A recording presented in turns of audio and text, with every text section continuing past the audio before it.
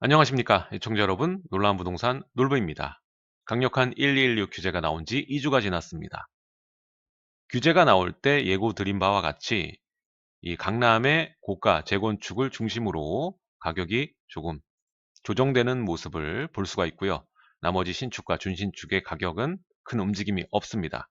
게다가 이 전세가 상승은 눈에 보일 정도로 크게 지금 호가가 상승하는 모습을 볼 수가 있고요.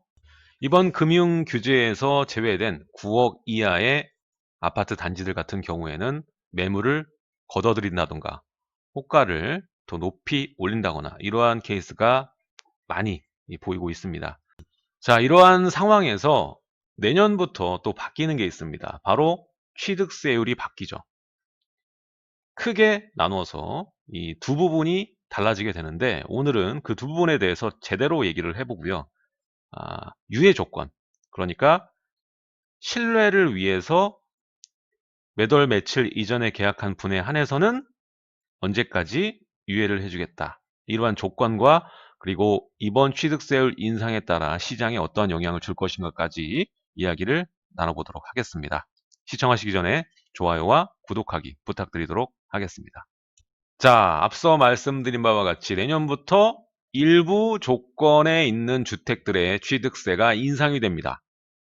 쉽게 말해서 내년부터 취득세가 증세된다, 인상된다 라고 볼 수가 있는데, 자, 두 구간이라고 말씀을 드렸습니다. 첫 번째는요, 2020년 1월 1일부터 6억 초과 9억 이하의 주택의 취득세율이 지금 현행은 2%입니다. 여기서 세분화돼서 1%부터 3%까지로 바뀌게 됩니다. 그러니까 6억에서부터 9억 사이에 중간점인 7억 5천을 기점으로 해서 7억 5천 밑에 있는 주택 가격은 오히려 취득세율이 줄어들고요. 그리고 7억 5천 넘는 9억 이하의 주택까지는 오히려 2%에서 증가하게 되는 구조로 바뀌게 된다는 겁니다. 자, 우리가 머리를 조금만 생각해 보면요. 지금 거래가 가장 많을 수 있는 이 서울 같은 경우에는 이 아파트 가격, 중위 가격이 8억 후반대입니다. 거의 대부분이 7억 5천을 넘어간다고 보면 됩니다. 그러니까 면밀하게 우리가 살펴봤을 때는 이러한 세분화를 통해서 오히려 세금이 증대된다, 이렇게 결론을 내볼 수가 있습니다. 그러나 서울이 아니라 전국으로 봤을 때는 말이죠, 6억 초과 7억 5천 이하의 주택이 7억 5천 초과 9억 이하의 주택보다 많기 때문에 국민의 전체적인 세부담은 이에 따라서 더 감소할 것으로 이야기를 하고 있습니다. 근데 앞서 말씀드린 바와 같이 서울 같은 경우에는 아니라는 거죠. 자, 그리고 두 번째는요. 이것도 얘기가 많았죠. 이번 달 안에 잔금 무조건 쳐야 된다고. 세율 늘어난다고. 자, 다주택자. 그러니까 1세대 4주택 이상의 주택. 그러니까 3주택자가 4주택이 되거나 그 이상에 있는 분들은 이제는 일반적으로 우리가 알고 있는 1%, 2%, 3% 세율이 아니라 무조건 4%로 가격에 관계없이 4%의 일반 취득세율을 적용하도록 바뀌었습니다.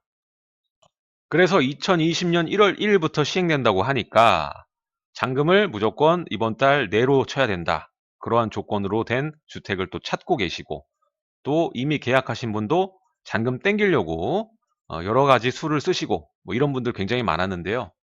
자, 이번 발표문을 보게 되면은 여기에 따라서 일부 조건을 갖춘 경우 적용을 배제하도록 경과 조치를, 그러니까 유예 기간을 줬습니다. 그래서 오늘 여기에 대해서 알아보는데, 여러분들이 중요한 점이 하나 있습니다. 지금 말한 이 두 개가 있잖아요. 6억 초과 9억 이하의 세분화, 그리고 다주택자 4주택 이상 4% 일반 취득세율 적용, 이 두 가지가 있잖아요. 이 두 개가 약간 다릅니다. 그래서 이거를 또 여러분들이 정확히 아셔야 됩니다. 이제는 이런 거를 모르면 거래를 할 수가 없어요. 그러니까 한번 자세히 알아보도록 하죠. 그래서 1번, 2번 나눴는데, 먼저 이 6억 초과 9억 이하의 취득세 세분화에 관한 부분입니다. 취득세율 세분화 1%에서 3%까지 세분화돼 있죠. 자, 바로 2019년 12월 31일, 이제 며칠 안 남았죠. 이틀 남았는데 이때까지 매매 계약을 체결하고, 그 다음 2020년 3월 31일까지 그리고 분양의 경우에는 2022년 12월 31일까지. 이걸 잘 아셔야 돼요. 지금 분양의 경우에는 이렇게 3년의 시간을 주는 거고요. 12월 31일까지 계약해서 31일. 그리고 기존에 있는 주택 같은 경우에는 이 3개월이라는 시간을 주게 되는 겁니다. 이게 바로 이제 유예 기간이라고 볼 수가 있겠죠. 근데 우리가 여기에서 정확히 봐야 될 것이 이 12월 31일입니다. 6억 초과 9억 취득세율 세분화 같은 경우에는 2019년 12월 31일인데 두 번째 다주택자에 관한 부분에서는 이게 일자가 다릅니다. 그리고 여기서 또 중요한 점이 뭐냐면 여러분이 지금 매수하려는 주택의 가액에 따라서 포지션이 달라지게 되어 있습니다. 전략 자체가 바뀌게 되는 겁니다.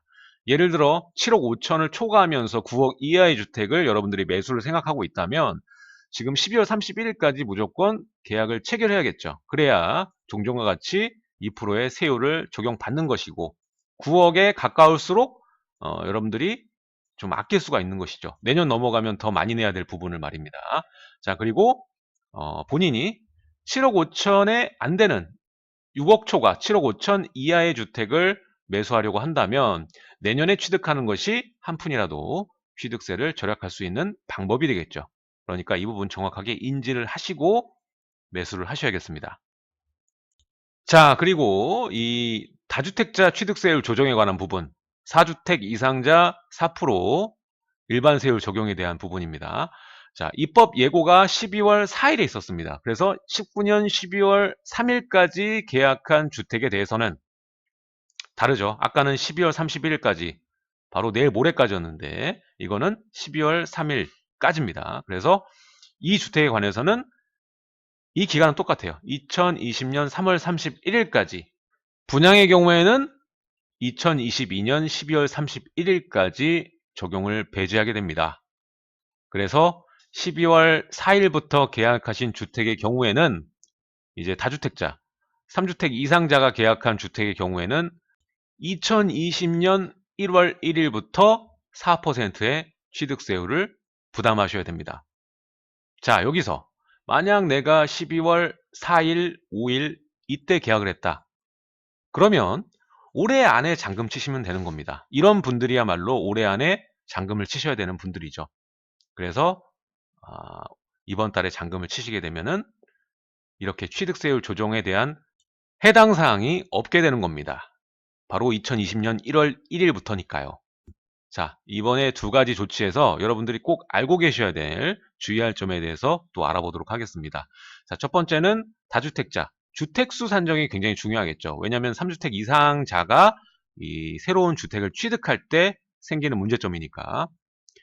주택수 산정 시 배우자와 그리고 미혼입니다. 미혼인 30세 미만의 자녀는 세대 분리가 되고 거주를 실제로 하고 있어도 1세대로 봅니다. 배우자는 떨어져 있어도 어차피 1세대로 간주되는 건 잘 알고 계실 거고 자녀분이 중요할 것 같아요. 요즘에는 자녀분과 같이 투자하시는 분들도 상당히 많기 때문에 이 미혼인 결혼을 안 했고 30세 미만인 자녀 같은 경우에는 세대 분리를 하고 거주를 해도 부모님과 같은 세대로 간주를 한다는 것입니다.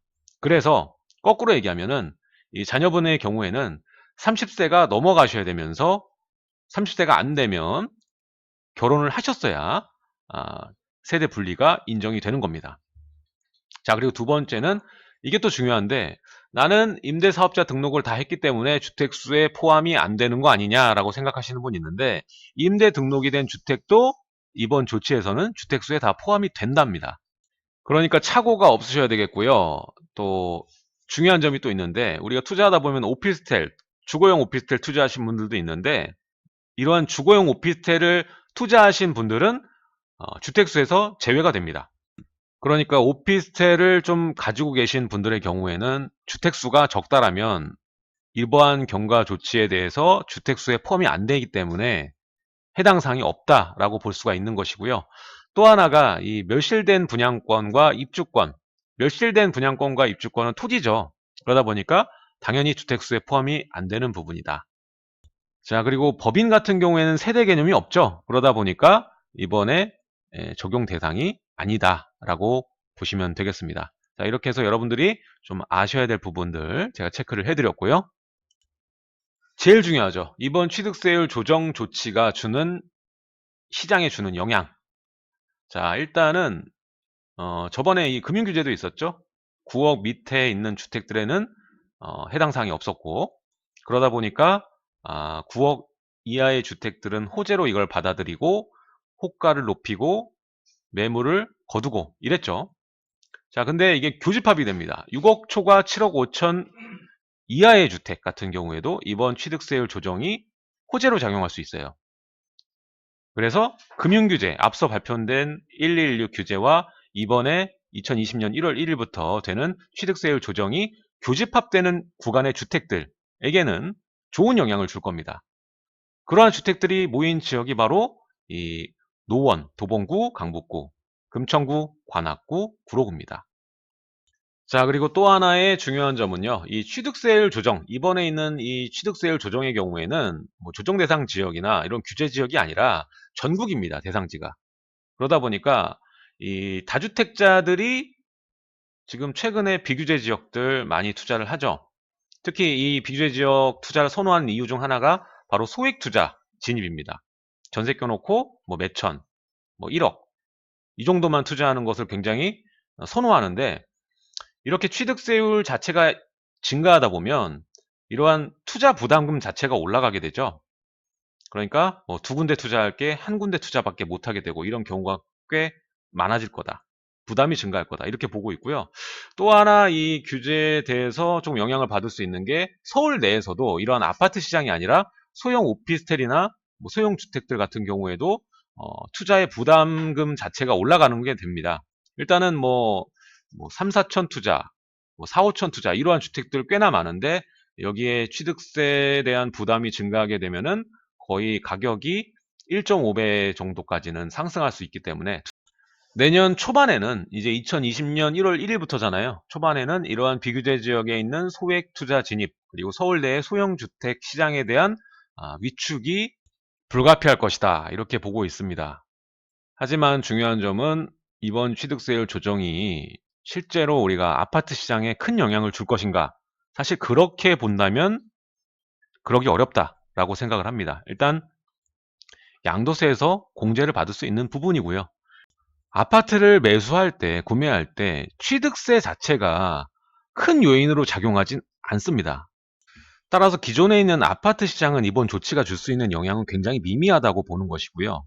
취득세가 신경 쓰일 수 있는 그러한 주택이 어떤 거냐. 이런 주택들의 특징은 뭐냐면 전세가율이 높다는 것입니다. 투자금이 별로 들어가지 않는 주택이기 때문에 취득세가 민감할 수밖에 없는 거예요. 모두 본인이 거주하는 주택이 아니라는 겁니다. 그러다 보니까 오히려 이러한 취득세 증가는 세입자에 대한 부담이 더 늘어날 수 있는, 전가할 수 있는 그러한 단초가 될 수도 있다라고 생각을 해볼 수가 있습니다. 자, 오늘은 2020년 바뀌는 취득세율에 대해서 두 가지 알아보는 시간을 가졌습니다. 유예 조건 꼼꼼히 살피시고 여러분들이 매수한 주택 잘 마무리하셨으면 좋겠습니다. 연말은 이번 영상이 마지막이 될 것 같고요. 다음 2020년에 찾아뵙도록 하겠습니다. 하단에 카페 링크 남겨놓을 테니까 많이들 가입해서 좋은 정보 공유하시고 교류하셨으면 좋겠습니다. 이번 한 해 너무나 감사하고 다음에 뵙도록 하겠습니다. 감사합니다.